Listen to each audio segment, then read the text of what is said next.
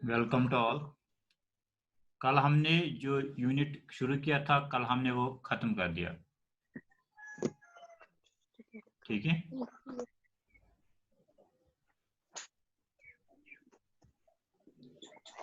देखिए मैं सिलेबस के साथ आज हम रिवाइज करेंगे।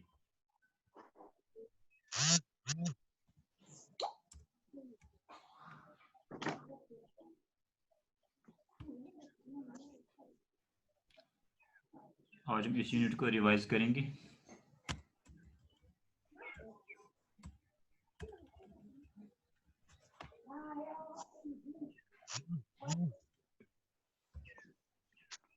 हमने पढ़ा, आज हम यूनिट पढ़ रहे थे introduction to C plus plus, जो हम यूनिट पढ़ रहे थे, जो हमने खत्म किया। इसमें सबसे पहले था C plus plus character set. ठीक है, आपको दिखाई दे रही है स्क्रीन? Yes sir. ओके, फिर है C plus plus tokens, keywords, identifiers, constants and operators. इसके बाद था structure of a C plus plus program. इसके बाद था header files iostream.h and conio.h, जी सर। है ना। इसके बाद था use of C in and C out, पढ़ा? Yes sir. हाँ, use of IO operators, insertion operator yes and sir. Extraction operator, extraction operators. पढ़े ना। ओके, इसके बाद है concept of data types. Data types क्या होते हैं, जो हमने कल पढ़े।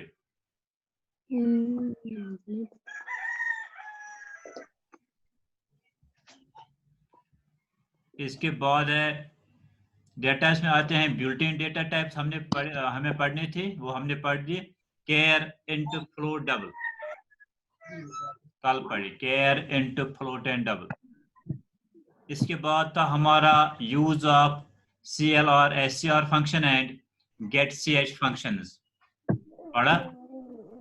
Yes sir. हाँ। इसके बाद है कंसेप्ट ऑफ वेरिएबल। वेरिएबल क्या होता है, डेफिनेशन वेरिएबल की, कंसेप्ट, वो भी पढ़ा हमने। फिर है rules for naming a variable, उसके लिए कौन कौन से रूल्स हैं अगर हमें वेरिएबल बनाना है।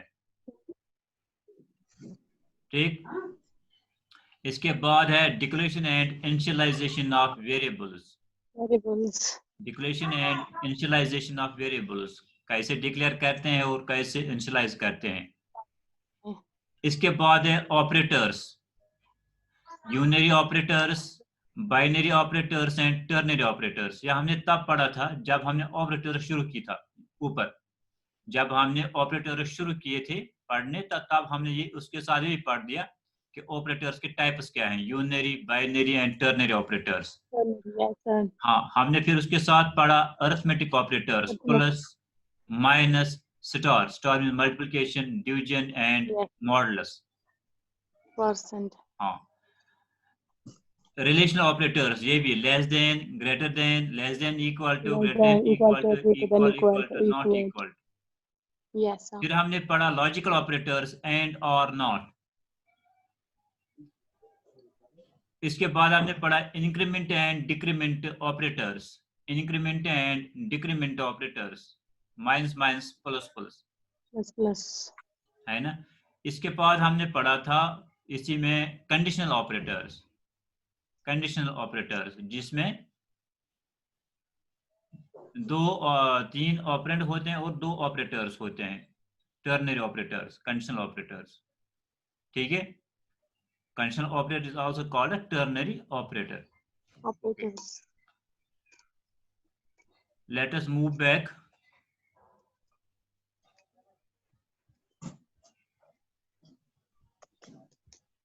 हम इसको आज रिवाइज करेंगे।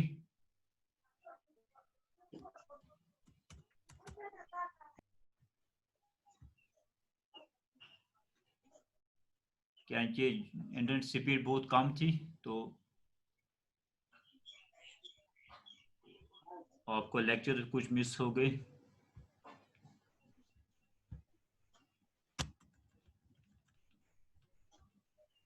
हाँ, जिसने नहीं ये जिसके लेक्चर्स मिस हो गए या कुछ डिफिकल्टी आ गई पढ़ने में, तो आज स्क्रीनशॉट ले ले साथ साथ, वो देखे मैं मुझे क्या रह गया है उसकी स्क्रीनशॉट ले ले।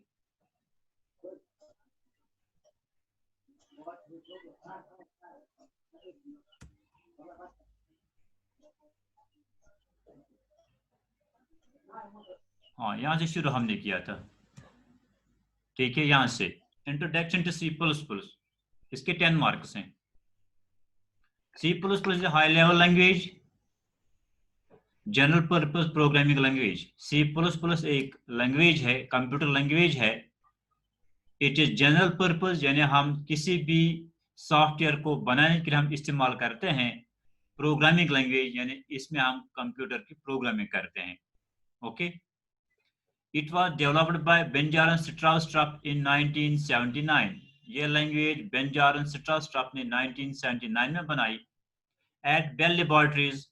जिस लैब में उसने बनाया उसका नाम है Bell laboratories, New Jersey, USA. New Jersey state का नाम है, यूएसए कंट्री का नाम है। यूएसए में न्यू जर्सी में बेल लेबोरेटरीज में 1979 में बेंजामिन स्ट्राउस ने C++ डेवलप की। Okay, initially it was called C with classes। पहले इसका नाम था C with classes। C++ is a superset of C language. जो C++ है ये C लैंग्वेज का सुपरसेट है, यानी इससे पहले एक लैंग्वेज चल रही थी, उस लैंग्वेज का नाम था C लैंग्वेज। ठीक, उसी लैंग्वेज को डेवलप किया गया, उसी को मॉडिफाई किया गया और उसी का नाम फिर रखा गया C with classes पहले, फिर बाद में उसी का नाम पड़ गया C++। In 1983 it was called C++। इसका नाम चेंज करके 1983 में C++ पड़ गया, तो डेवलप हो गई 1979 में। तो 1979 में इसका नाम C with classes पड़ गया। ठीक, फिर 4 साल के बाद यानी 1983 में इसका नाम चेंज करके C++ रखा गया। ओके, ये इंट्रोडक्शन था। इसके बाद हमने पढ़ा C++ character set. A character set is a set of all valid characters that can be used in a programming language। एक कैरेक्टर सेट क्या है? जो कुछ भी हम प्रोग्रामिंग लैंग्वेज में इस्तेमाल करते हैं, जो कुछ अल्फाबेट्स या और कुछ इस्तेमाल करते हैं प्रोग्रामिंग लैंग्वेज में, उसको हम बोलते हैं कैरेक्टर सेट। हर लैंग्वेज का अपना एक कैरेक्टर सेट होता है। उर्दू आप देखिए, उसका भी कैरेक्टर सेट है, वहां हम इस्तेमाल करते हैं अल्फाबेट इस्तेमाल करते हैं, कामा इस्तेमाल करते हैं, ठीक है, वो मद इस्तेमाल करते हैं, है ना, छोटा अलिफ इस्तेमाल करते हैं। उर्दू की बात कर रहा हूं, ठीक है। तो हर लैंग्वेज अपना कैरेक्टर सेट होता है, तो यहां भी C++ में भी अपना एक कैरेक्टर सेट है। They are used to form words. Characters मिलके वर्ड्स बनाते हैं, जैसे इंग्लिश में आपको पता है जब हम कैरेक्टर्स मिलाते हैं तो वर्ड्स बन जाते हैं। नंबर्स एंड एक्सप्रेशंस या एक्सप्रेशंस इन सोर्स प्रोग्राम। सोर्स प्रोग्राम वो प्रोग्राम होगा जो हम लिखते हैं, जो आप वीडियो स्क्रीन देखते हैं उसमें हम जो प्रोग्राम लिखते हैं उसको हम बोलते हैं सोर्स प्रोग्राम। हाँ, ओके। देखिए हमारा कीबोर्ड, ठीक है, तो आप इस पे देखते हैं, सिंबल्स देख सकते हैं, आप कैरेक्टर्स देख सकते हैं, आप न्यूमरल्स देख सकते हैं, 1 2 3 4 5 6 7 8 9 0, है ना, ये हम इस्तेमाल करते हैं। देखिए इसका कैरेक्टर सेट क्या है, हम बैक कोट इस्तेमाल करते हैं, this is called back quote. तो आप मैंने आपको उस दिन बताया था ये बैक कोट है, ये की इस पे जो सिंबल है दैट्स कॉल्ड बैक कोट, ठीक है। इसके बाद है टिल्ड साइन, ये टिल्ड साइन मद आसान या आसान मैथ्स में सिमिलर, ठीक है, वैसा ही होता है। इसी पे है दूसरे, एक इस पे दो ये सिंबल्स हैं, एक है बैकआउट, दूसरा है टिल्ड। हैश आपको पता है, फिर है डॉलर, फिर है percent, caret sign, ampersand, asterisk, opening parenthesis, closing parenthesis, hyphen या माइनस या डैश, 3 नाम से इसको पुकारते हैं। हाइफन भी बोलते हैं, माइनस भी बोलते हैं, डैश भी बोलते हैं। अंडरस्कोर, ठीक है, अंडरस्कोर एक तो माइनस हो गया, दूसरा हो गया अंडरस्कोर। अंडरस्कोर नीचे आता है ना, माइनस बीच में आता है। फिर है प्लस, फिर है इक्वल टू, इसको हम असाइनमेंट बोलते हैं, असाइनमेंट ऑपरेटर बोलते हैं। यह है ओपनिंग स्क्वायर ब्रेस, यह है क्लोजिंग स्क्वायर ब्रेस, यह है opening curly brace, closing curly brace, back slash, ठीक है, जिस सिंबल को बैक स्लैश बोलते हैं। ये हो गया वर्टिकल बार और पाइप, हाँ। ये हो गया एक्सक्लेमेशन मार्क, इसको एट साइन बोलते हैं। सेमीकोलन, मैं उसमें बोलते हैं इंग्लिश में सेमीकोलन, तो यहाँ हम इसको बोलते हैं टर्मिनेटर, ठीक है। इससे हम स्टेटमेंट क्लोज करते हैं। यहाँ जैसे इंग्लिश में फुल स्टॉप डालते हैं, तो यहाँ हम प्रोग्राम इसके वाले प्रोग्राम में हम क्या डालते हैं, सेमीकोलन। सेमीकोलन। ये हो गया सिंगल कोट, उसको हम बोलते हैं वहां इंग्लिश में सिंगल इनवर्टेड कॉमा, ऊपर जो आता है यहाँ हम सिंगल कोट बोलते हैं। ये हो गया डबल कोट, ठीक है। Yes sir. ये हो गया comma, full stop, full stop, period या डॉट, हम इसको डॉट ही बोलते हैं।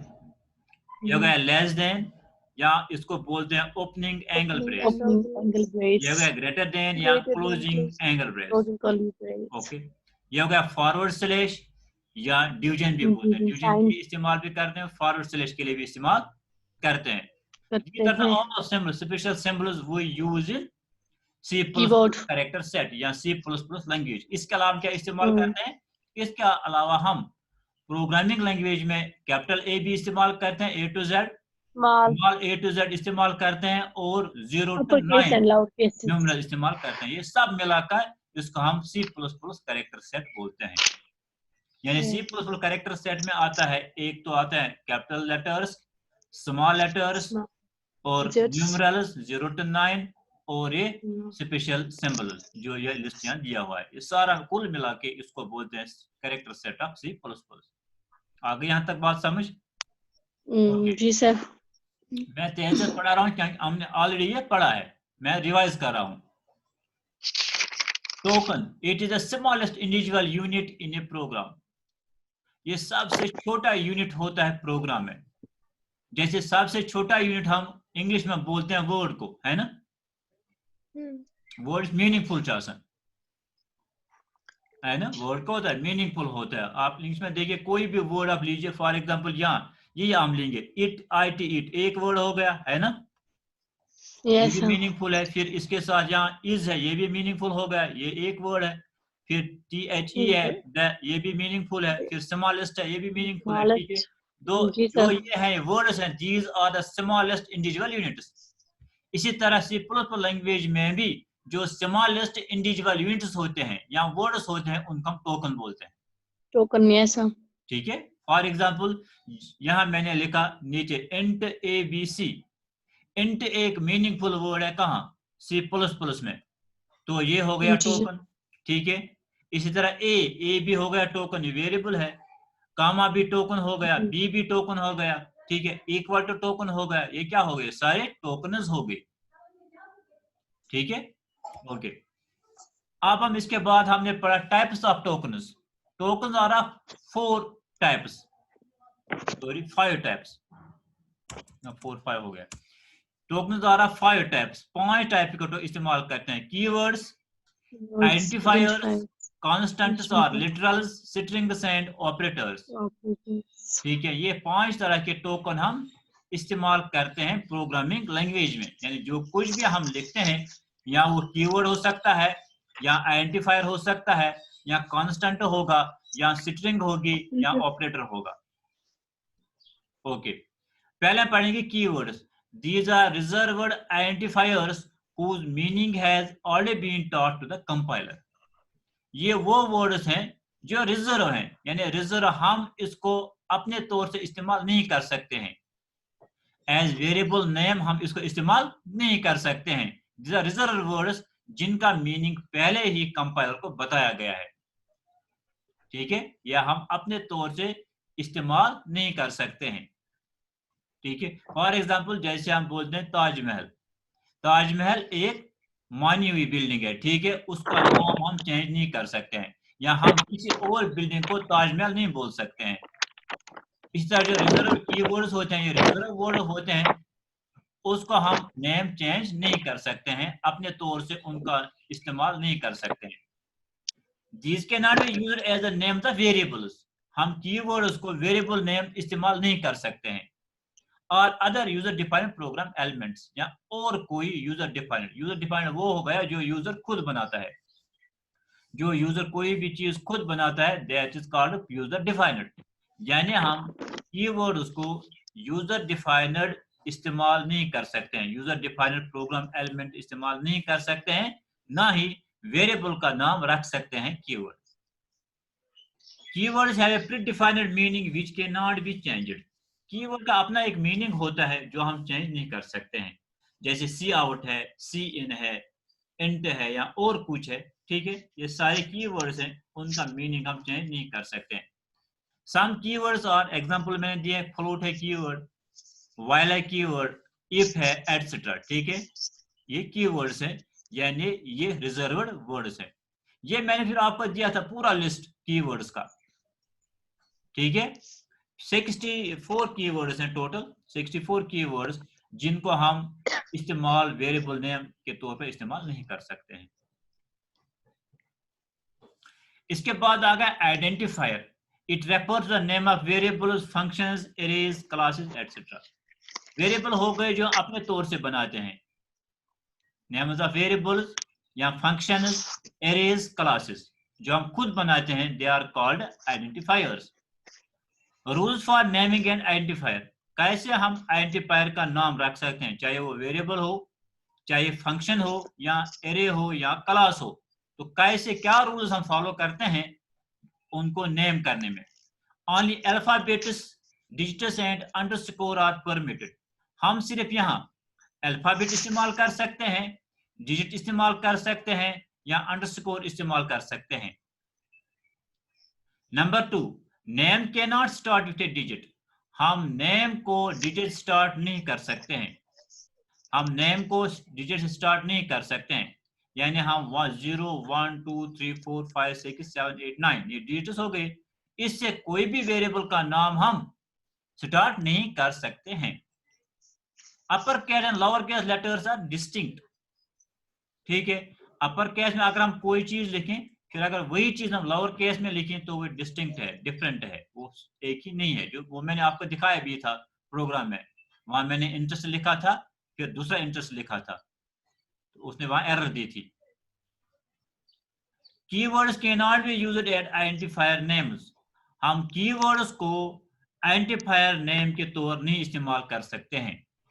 White space are not allowed, ना ही हम वेरिएबल के बीच में वाइट स्पेस डाल सकते हैं, ना ही हम वेरिएबल के बीच में वाइट स्पेस डाल सकते हैं। ओके, ये हो गए रूल्स, आइडेंटिफायर नेमिंग रूल्स, ये मैं दिखाए थे। फिर मैंने आप ही से पूछा था, होमवर्क दी थी, इनमें कौन सा वैलिड आइडेंटिफायर है और कौन सा इनवैलिड आइडेंटिफायर है। Constants are literals or fixed values which do not change during the execution of the program. Constant literally fixed values होते हैं, fixed values जिनका वैल्यू प्रोग्राम के दौरान चेंज नहीं होता है।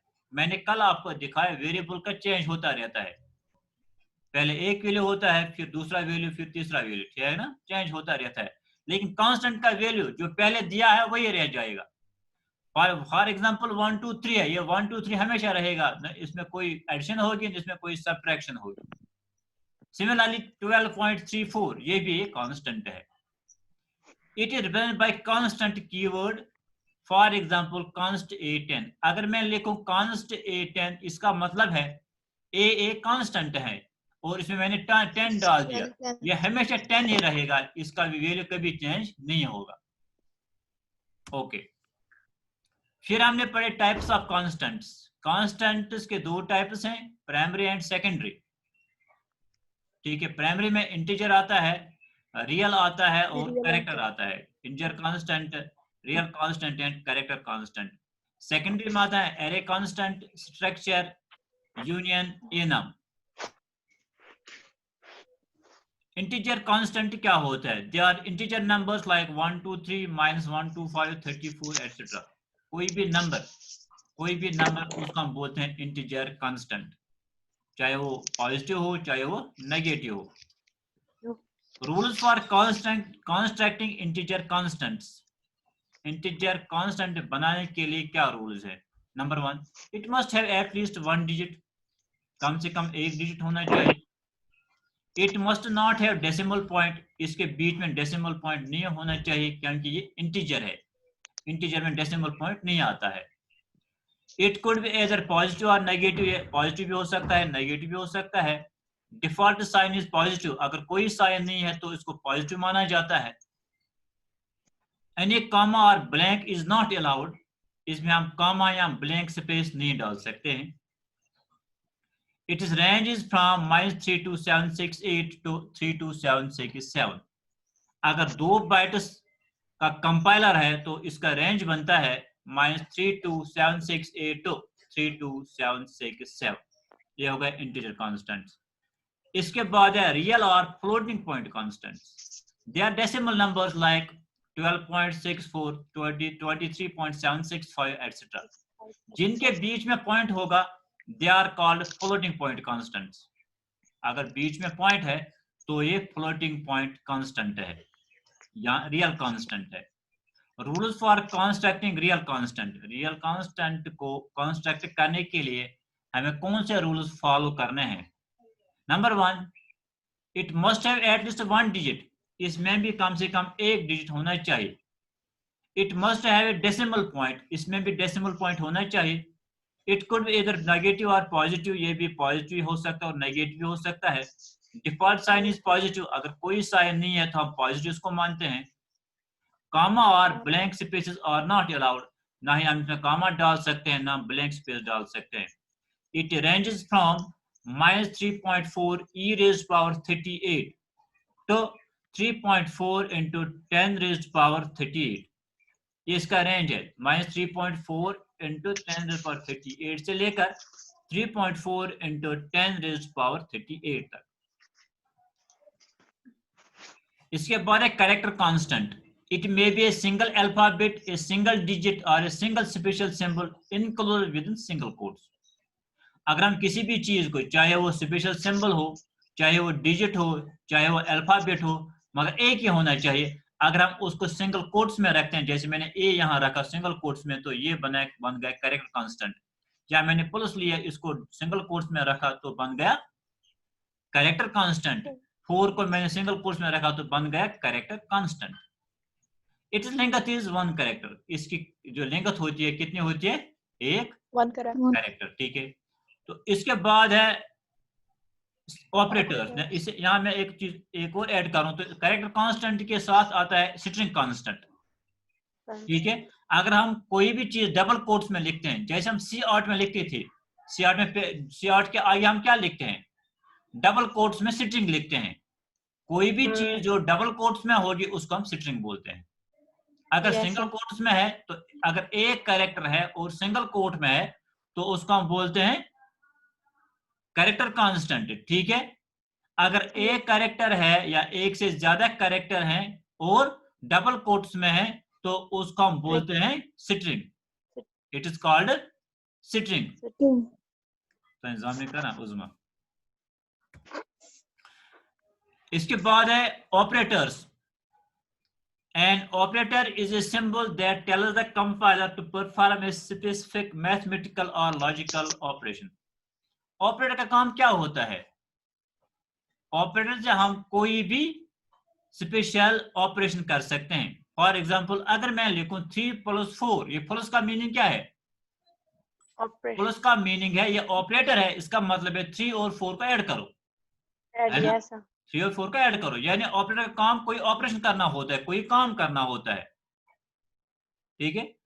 द वैल्यूज और variables on which operation is performed are called operands. जिन पे हम ऑपरेशन करते हैं वो ऑपरेंड्स कहलाते हैं। फॉर एग्जांपल मैं लिखूं 3 + 4, 3 भी ऑपरेंड हो गया, 4 भी ऑपरेंड हो गया, जो बीच में प्लस है वो ऑपरेटर हो गया। And the symbol used is called operator. For example, 5 - 3. Here 5 and 3 are operands and minus is an operator. ठीक है, जिनके ऑपरेशन हम करते हैं वो ऑपरेंड्स कहलाते हैं और जो ऑपरेशन हम करते हैं उसको ऑपरेटर बोलते हैं। कौन सा ऑपरेशन करना है? Types of operators. ऑपरेटर के क्या क्या टाइप हैं? Unary operators, It operates on only one operand. ये हम One सिर्फ operand. एक ऑपरेंड पे चलाते हैं. फॉर एग्जाम्पल a जी. Plus plus. अगर मैं a प्लस प्लस लिखूं, अगर a की वैल्यू 5 है, फिर मैं a प्लस प्लस करूं तो a की वैल्यू 1 बढ़ जाएगी, वो 6 बन जाएगी. 6. यानी प्लस प्लस का मतलब है एक बढ़ाना, जो इसका ऑलरेडी वैल्यू है उसमें से एक और ऐड करना. Here a is an operand and plus plus is an operator. ये क्या है? Operator. ऑपरेंड प्लस प्लस क्या है? Operand, yeah. ऑपरेटर. यानी यहाँ एक ऑपरेंड है, एक ऑपरेटर है, इसको हम बोलते हैं यूनरी ऑपरेटर. The जी, various sir. types of unary operators are, ये है unary operators. Indirection operators को बोलते हैं स्टार को, पहले ऊपर, इसको बोलते हैं एड्रेस ऑपरेटर एंड को. फिर है इनडायरेक्शन ऑपरेटर यानी स्टार, फिर है यूनरी प्लस, फिर है यूनरी माइनस, फिर है इंक्रीमेंट ऑपरेटर. इंक्रीमेंट ऑपरेटर क्योंकि आगे भी आपके सिलेबस में, इसलिए मैंने एग्जांपल दी थी यहाँ. For example int a equal to 6. अगर मैं लिखूं पहले इंट a इक्वल टू 6, यानी a में मैंने क्या डाल दिया? 6 डाल दिया.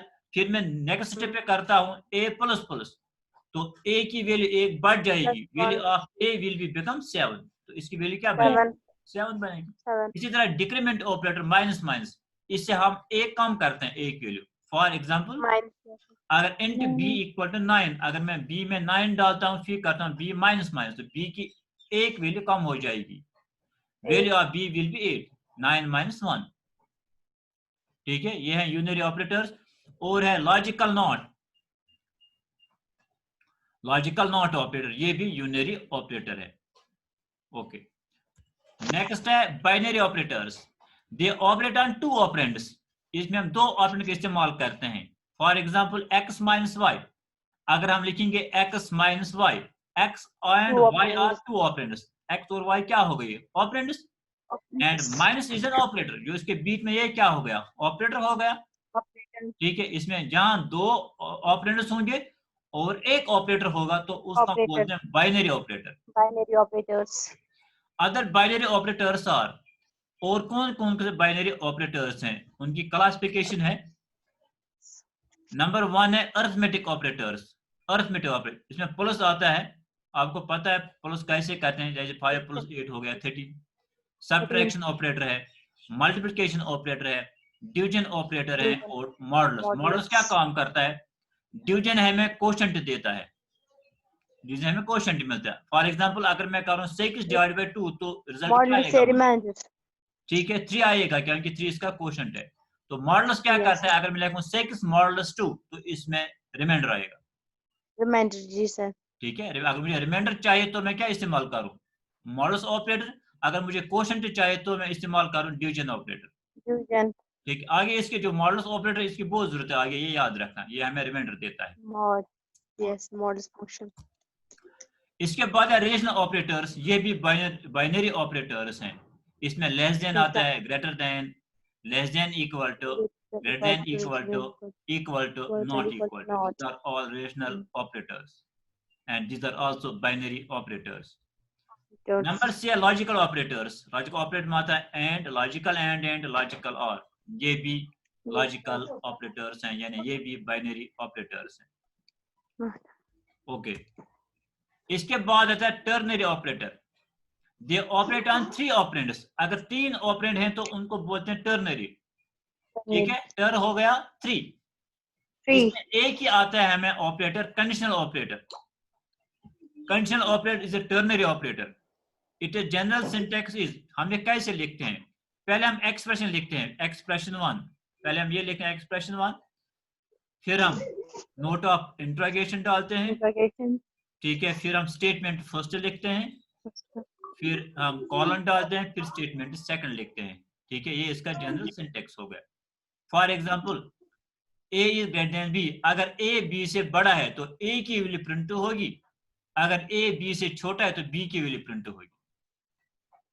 ठीक है, तो आपको समझ, ये सिर्फ ये टर्नरी ऑपरेटर में 3 ऑपरेंड होते हैं और 2 ऑपरेटर्स होते हैं. यहाँ 3 है. देखिए ये हो गया एक ऑपरेटर, एक ऑपरेंड, ये हो गया दूसरा ऑपरेंड a, ये हो गया तीसरा ऑपरेंड 3. ठीक है, ऑपरेटर इसमें 2 हैं, एक है कौन? नोट ऑफ इंट्रोगेशन, और दूसरा है कॉलन. कॉलन. हाँ,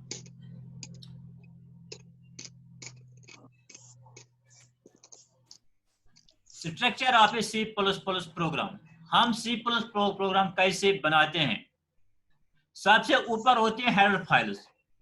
Header आज आपको files. बहुत अच्छा समझ आया होगा मैं क्या बता रहा हूँ। तो बड़े पढ़ने में तो मुश्किल गुमत क्या वो करे प्रोग्राम ते पत ठीक है पैटर्न क्या सारे आसान पढ़ने हेडर फाइल्स Header आसान file. जी हम सर. 3 या 2 या Yes sir. 1 हेडर फाइल इस्तेमाल कर सकते हैं जितने हमें जरूरत होती है। दो. iostream.h जी.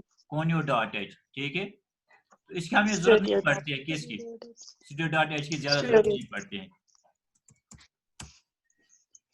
और हम तीसरी इस्तेमाल की उसके लिए जब हमने सेट डबल इस्तेमाल किया था उसके लिए हमने जी तीसरी सर. इस्तेमाल की थी। आपको याद है क्या है? iomap.h Yes sir. Yes sir. है ना We iomap.h got it. ठीक है। तो सबसे पहले इसका स्ट्रक्चर सबसे ऊपर होते हैं include file Yes. Header file ठीक है। हेडर फाइल में कोई स्पेस हम नहीं डालते हैं। यहाँ से यहाँ तक हम कोई स्पेस नहीं डालते हैं। देखिए यहाँ से यहाँ तक ठीक है। इसके बाद होता है वाइड मेन ठीक है। मेन फंक्शन होती है यहाँ वाइड मेन इसके बाद होता है ठीक है। Curly braces. हाँ इसके बाद ओपनिंग कर्ली ब्रेस होता है। Opening curly braces. फिर हम सबसे ऊपर लिखते हैं CLR SCR CLR, SCR, clear screen. Semicolon डालते हैं। फिर हम बॉडी लिखते हैं बॉडी ऑफ द प्रोग्राम क्या लिखना है जी और सर. लास्ट में हम डालते हैं गेट CH Get CH. ठीक है। ये हो गया स्ट्रक्चर ऑफ द प्रोग्राम और फिर इसको कर्ली ब्रेस से क्लोज करते हैं। जितने ओपनिंग कर्ली ब्रेसेस होंगे इतने ही क्लोजिंग भी होनी चाहिए। एक हमने ओपनिंग डाला एक हमने क्लोजिंग डाला ठीक है। यानी सी प्लस प्लस जो प्रोग्राम है स्ट्रक्चर है सबसे ऊपर होते हैं हेडर फाइल्स फिर वाइड मेन होता है फिर ओपनिंग कर्ली ब्रेस होता है फिर हम CLR SCR फंक्शन लिखते हैं फिर बाकी प्रोग्राम लिखते हैं फिर लास्ट में गेट CH लिखते हैं फिर उसको क्लोज करते हैं। Guidelines for writing a C plus plus program. क्या गाइडलाइंस हमें फॉलो करने हैं जब हम कोई भी सी प्लस प्लस प्रोग्राम लिखते हैं? At the top of the program header files are declared. सबसे ऊपर होती हैं हेडर फाइल्स। जी sir. A C++ program starts executing from main function। ये कहां से शुरू होता है एग्जीक्यूट होना? मेन से। Main function से. मेन फंक्शन से शुरू होता है ये एग्जीक्यूट होना। The body of the main function is included within curly braces। जब हम मेन शुरू करते हैं तो मेन के बाद हम ओपनिंग कर्ली ब्रेस डालते हैं और लास्ट पर हम क्लोजिंग कर्ली ब्रेस डालते हैं। That is called body of the main function. Okay. C plus plus language case sensitive language. मैंने इसको पहले बताया कैश सेंसिटिव लैंग्वेज है। अगर हम कोई चीज कैपिटल में लिखेंगे अगर वही चीज हम स्मॉल में लिखेंगे तो इसके लिए डिफरेंट है। So all statements are entered in lower case letters. इसलिए एक एडवाइस मैंने आपको दी थी कि जो जब भी आप प्रोग्राम लिखोगे तो आप सब कुछ किस में लिखोगे? लोअर केस लेटर्स में। स्मॉल में. Okay. Every C plus plus statement must end with a semicolon. हर एक C++ प्रोग्राम सेमीकोलन से एंड होना चाहिए। लास्ट हम एंड इसमें एंड जो करते हैं वहां फुल स्टॉप डालते हैं इंग्लिश में तो यहाँ हम लास्ट पे स्टेटमेंट के लास्ट में सेमीकोलन डालते हैं। Use of iostream.h header file. iostream.h header file किस काम आती है? iostream.h means input output stream header file। iostream means input output ठीक है। IO input output stream header file। hash include is a preprocessor directive। जो hash include है ये preprocessor directive है। preprocessor directive क्या होता है? यानी कंपाइल करने से पहले ठीक है इसको हम प्री कंपाइलेशन बोलते हैं। कंपाइल करने से पहले हम इसको डायरेक्ट करते हैं कि आप पहले इस फाइल को इंक्लूड कीजिए। preprocessor is a program that processes the source program before it is passed to the compiler। preprocessor क्या होता है? यानी प्रोसेसिंग से पहले कंपाइलर को भेजने से पहले जो प्रोसेसिंग होती है इसको हम बोलते हैं pre processing. It instruct the compiler. ये क्या बोलते हैं कंपाइलर को? to insert iostream.h header file into the source program। source program। हाँ जब मैं लिखता हूँ hash include तो hash include क्या बोलता है? ये कंपाइलर को बोलता है कि आगे जो फाइल है यानी iostream.h फाइल है इसको किस में इंक्लूड करो? अपने सोर्स प्रोग्राम में इंक्लूड करो। Okay. The header file iostream.h contains function prototypes for standard input and output functions. जो भी हम इनपुट फंक्शन इस्तेमाल करते हैं या आउटपुट फंक्शन इस्तेमाल करते हैं उन सबों की जो डेफिनेशन है वो iostream.h हेडर फाइल में है. It contains the definitions of standard input, keyboard and standard output. Keyboard की डेफिनेशन भी इसी में है यानी सी इन की डेफिनेशन और आउटपुट सी आउट की डेफिनेशन भी किसमें है iostream.h हेडर फाइल में है. अगर हम iostream.h हेडर फाइल इस्तेमाल नहीं करेंगे फिर हम अपने प्रोग्राम में सी इन या सी आउट इस्तेमाल करेंगे तो एरर आएगी क्योंकि सी इन और सी आउट की डेफिनेशन इसी में है iostream.h हेडर फाइल में. It contains two क्लास, ये दो क्लास का बना हुआ है iostream for input and ostream for output. इसमें दो क्लास हैं iostream.h में iostream and ostream. iostream for input and ostream for output. Cin is an object. Cin is an object used for standard input keyboard. Cin हम इस्तेमाल करते हैं अगर हमें कीबोर्ड से कुछ लेना होगा. Cout is an object used for standard output console. अगर हमें कंसोल पे कुछ दिखाना होगा तो हम उसके लिए इस्तेमाल करते हैं cout. iostream.h के दो क्लासेस हैं iostream class and ostream class. iostream में सी इन की डेफिनेशन है और ostream में सी आउट की डेफिनेशन है. देखिए क्या होता है आउटपुट यहां से देखिए इनपुट से इनपुट सोर्स है ठीक है तो इनपुट से कीबोर्ड या फाइल या नेटवर्क होगा यहां से इनपुट स्ट्रीम से डेटा आता है किसमें चला जाता है C++ प्रोग्राम में चला जाता है तो यहां से वापस जाता है आउटपुट स्ट्रीम से और कंसोल पे लिखा जाता है. ठीक इनपुट स्ट्रीम किंचे आवा आउटपुट स्ट्रीम किंचे नेरा. ओके हमारा टाइम खत्म हो गया कुछ सेकंड्स रह गए ठीक है तो उसके बाद हम इंशाल्लाह